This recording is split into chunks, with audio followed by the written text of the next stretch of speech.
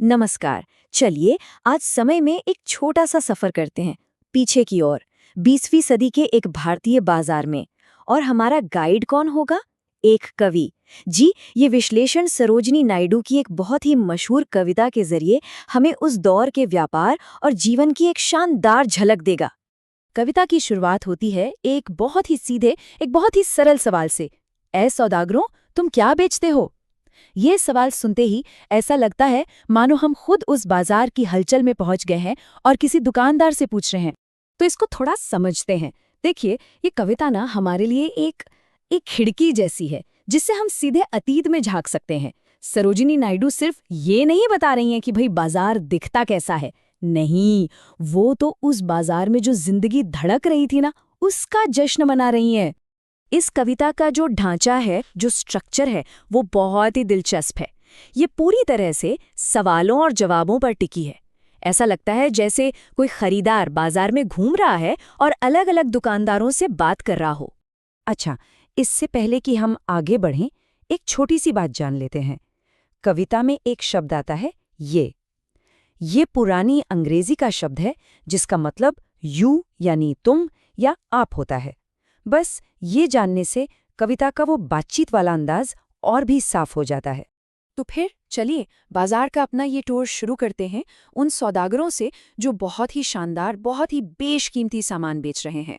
और देखिए, ये कोई मामूली चीजें नहीं हैं। सुर्ख और चांदी रंग की पगड़ियां, बैंगनी किमखाब के कुर्ते, जेड की मूठ वाले खंजर। साफ पता चलता है कि ये वो सामान है जो उस जमाने के अमीरों, नोबल्स और दरबारियों को अपनी तरफ खींचता था।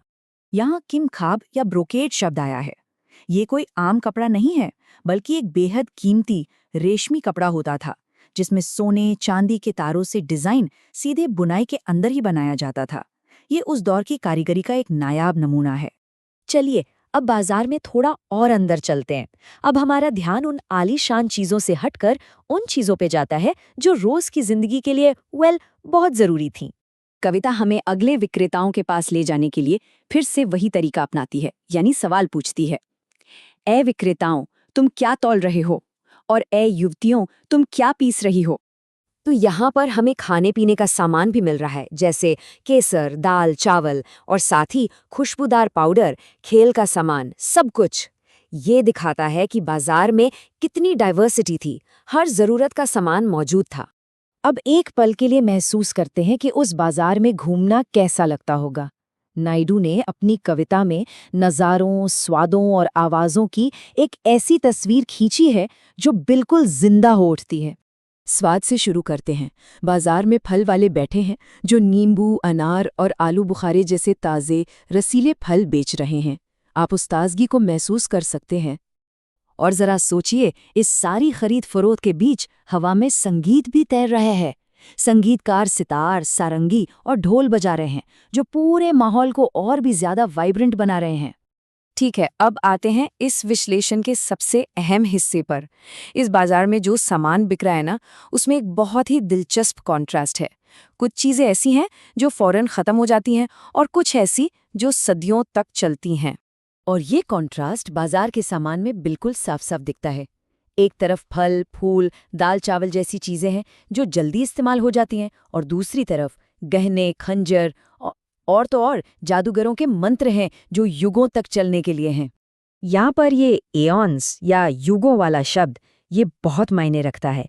ये दिखाता है कि जादूगर जो बेच रहे हैं वो कोई मामूली चीज नहीं, बल्कि कुछ ऐसा है जो समय की सीमाओं से भी परे है, टाइमलेस है। तो इसका मतलब क्या हुआ? मतलब ये जो टेम्पररी और परमानेंट का कॉन्ट्रास्ट है, ये हमें दिखाता है कि वो बाजार कितना स्टेबल, कितना मुकम्मल था। वो सिर्फ लोगों की रोजमर्रा की ज़रूरतें ही पूरी नहीं कर रहा था, नहीं, बल्कि उनकी जो कल्चरल और ट्रेडिशनल ज़रूरतें थीं, उनका भी पूरा ख्याल रख रहा था। और यही तो एक हेल्दी कमर्शियल कल्चर की निशानी है। तो चलिए अब इन अलग अलग दुकानों से थोड़ा और बड़ा सोचते हैं। इस बाजार का कल्चरल और हिस्टोरिकल सिग्निफिकेंस क्या है, इस पर बात करते हैं। जानते हैं, ये कविता सिर्फ एक बाजार का खूबसूरत वर्णन नहीं है, इसमें स्वदेशी आंदोलन की भावना भी झलकती है। ये एक तरह से यूरोपियन प्रोडक्ट्स के खिलाफ एक बयान है और भारत के अपने सामान, अपनी कारीगरी का जश्न है। तो आखिर में हम ये कह सकते हैं कि ये बाजार सिर्फ एक मार्केटप्लेस नहीं था, बल्कि उस कम्युनिटी का दिल था। एक ऐसी जगह जहां जिंदगी के हर रंग, खुशी, गम, परंपरा, व्यापार सब एक साथ आके मिलते थे। और ये सब हमें एक बहुत ही गहरे सवाल पर लाकर छोड़ देता है।